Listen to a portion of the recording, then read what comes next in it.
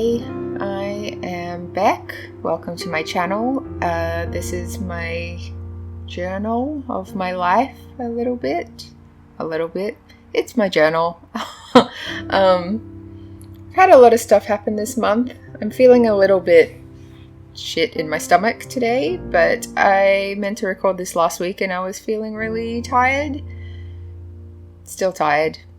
That's my life, I guess. So what's happened this month in March of 2025?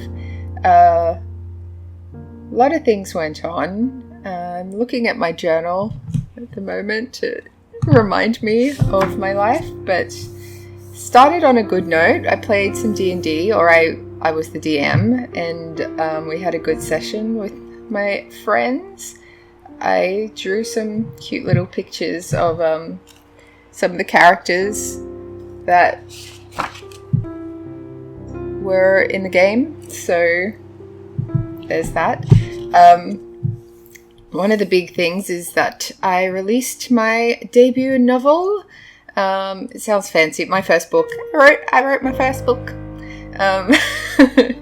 And that's released now. It's available on Amazon if anyone wants to check it out.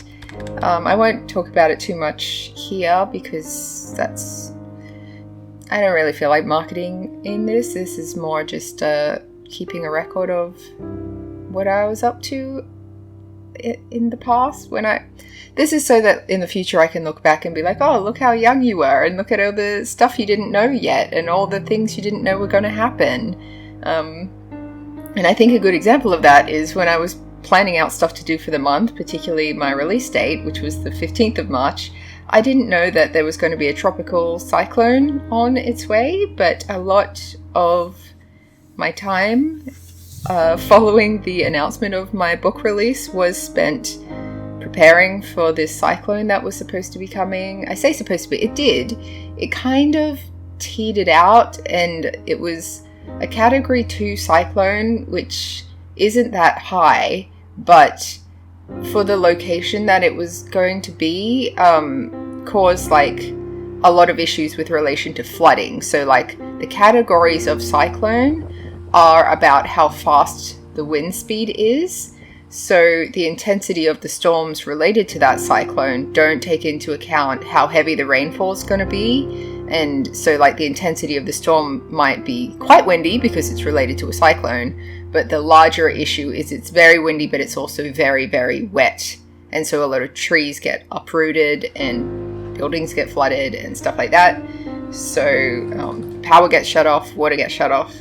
We have never had a cyclone in my lifetime in Brisbane. I think that's true. A lot of people are saying it's the first time in their lifetime too, so I think that's correct. I'm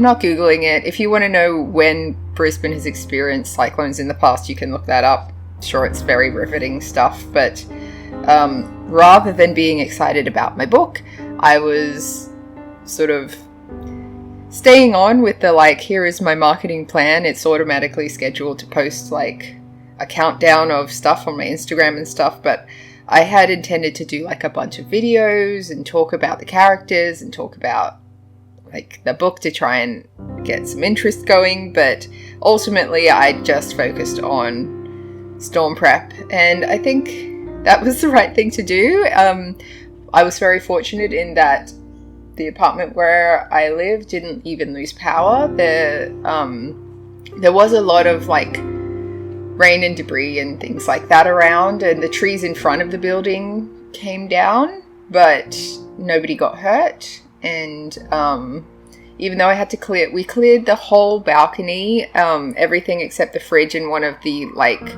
storage things that were too heavy to move. And I had to put the blind up. Like normally I have the blind down because I had an issue with one of my cats jumped on the railing and fell off and had what the vets call apartment syndrome, where it's just at the wrong height, where if it was higher, she could have compensated and landed on her feet somehow.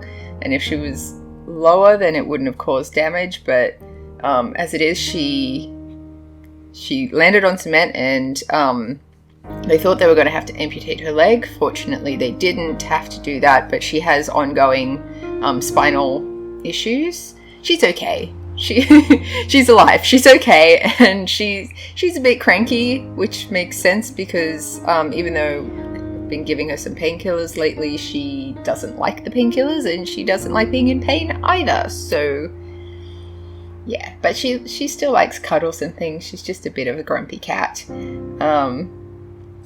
And yeah, before the storm, I don't know why, I went out and got some footage. I just walked around the block like I would in a normal walk, but there's something weirdly peaceful about, I guess it was because there were no cars on the road, everyone was staying inside. There were a few other people out for walks because the storm was due to hit at like 1 a.m. and they kept pushing when the storm was, like, the main part of the storm was due to hit.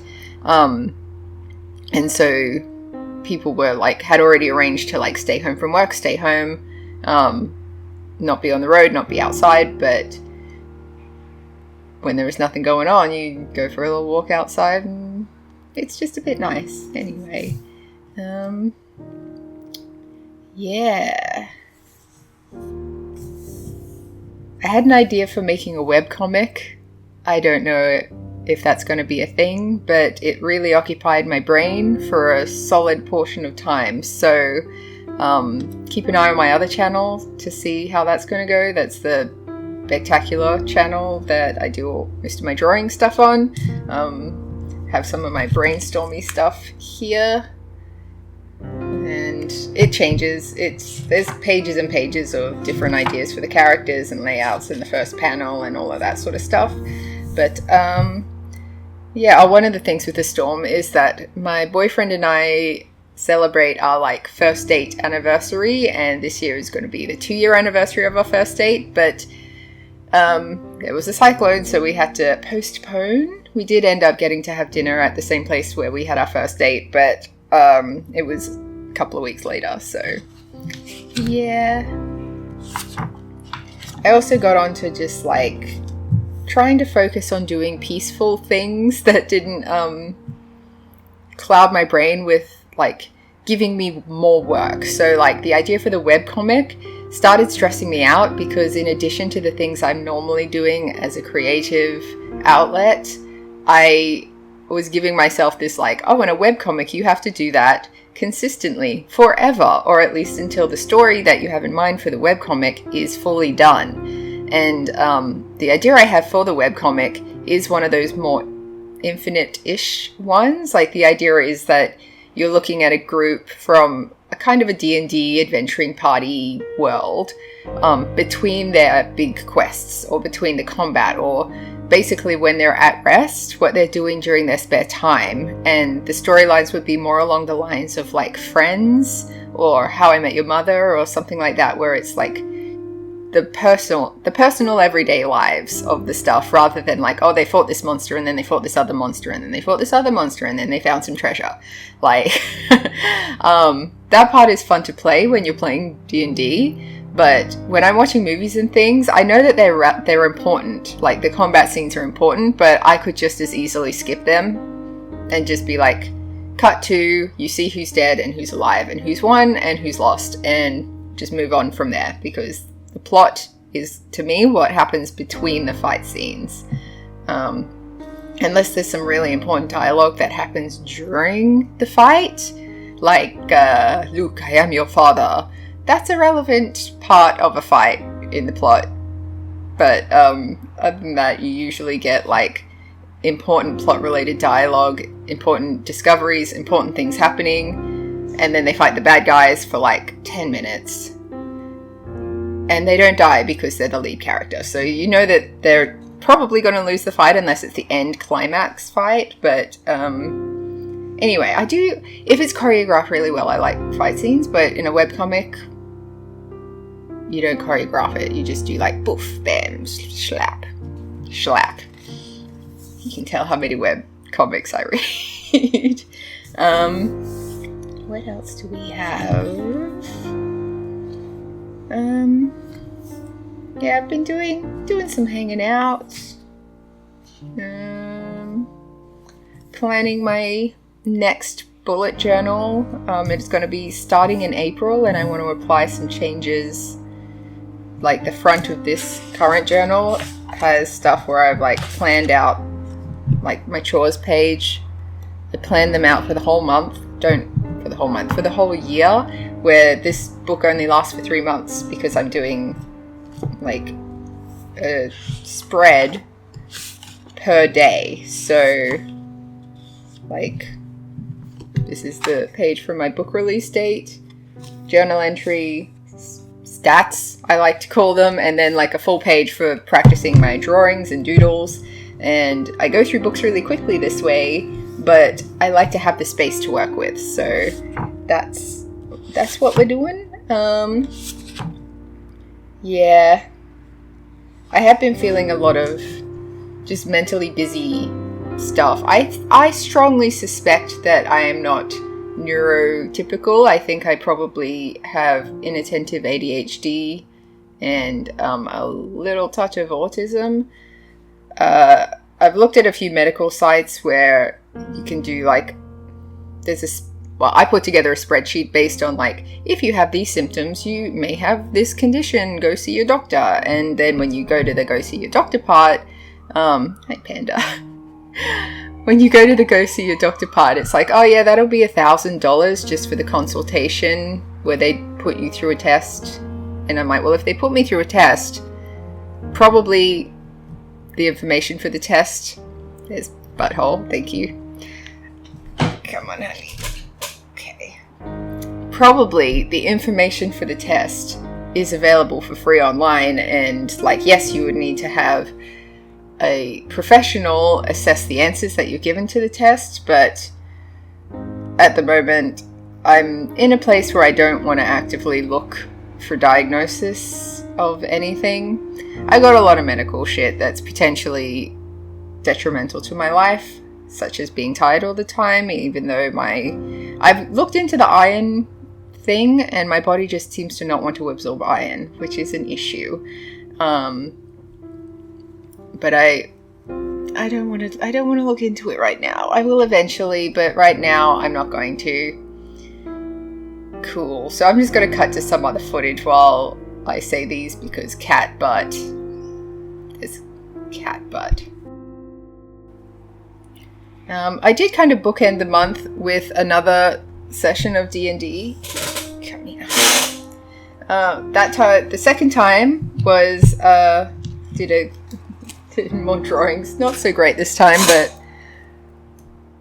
I'm a little bit like a child. I did a drawing. I did a drawing of the game that I play with my friends. But yeah, I've been drawing and painting and trying to like keep my mind relatively clear by like whatever I'm thinking about gets dumped out on a page. My mum gave me a paint by numbers for my birthday, and I found it quite relaxing to work on that because obviously you don't even have to plan what you're going to make.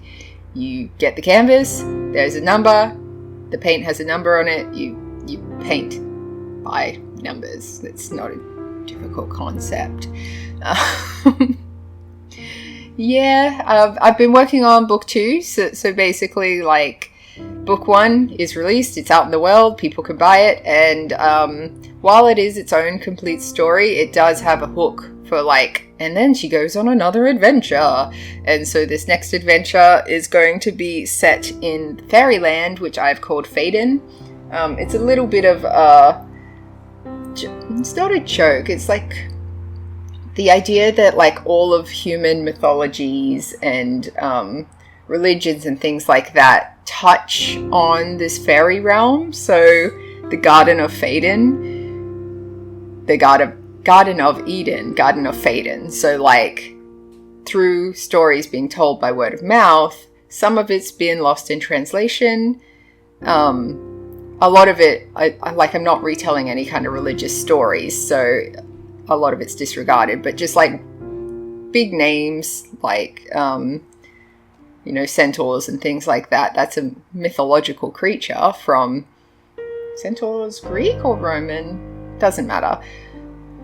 They exist in fairyland. They don't exist in the mortal Cyclone, and it's got a lot of stuff like that. And so my main character Anna is going to Faden to deal with some stuff. I don't know how much I should share about the book, especially because I'm doing a first draft right now, so a lot of it will change before it's actually a book. But I am enjoying the like freeform writing and like just making stuff up again. That's nice. Although, because I'd already written like the first few chapters, and by few I mean like 11,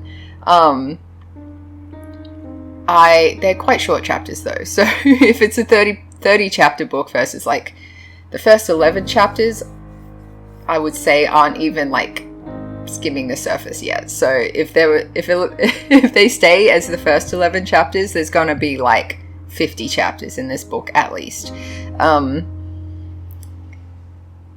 Yeah, I forget what my point was. Oh yeah, I've been doing editing on the second book because the changes that I wanted to make, like while I was editing the first book, my brain sort of was reassessing stuff that I'd written in the second book.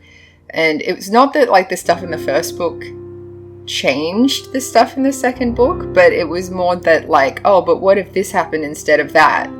That would make more sense. It's sort of when you take a step back and you reassess like the stuff that's going on, where you say, well, it doesn't make sense that that character wouldn't come along for this mission, so now I have to change it where they do come along for the mission. Or it wouldn't make sense that these people would go separately when you could just change this little detail and then they go together. Stuff like that. This is probably very boring because without the context of the actual story, I'm just like rambling. But this is my journal, so yeah. And on that note, that is my overview of March. If you got to the end, thank you for watching. And I'll catch you next time.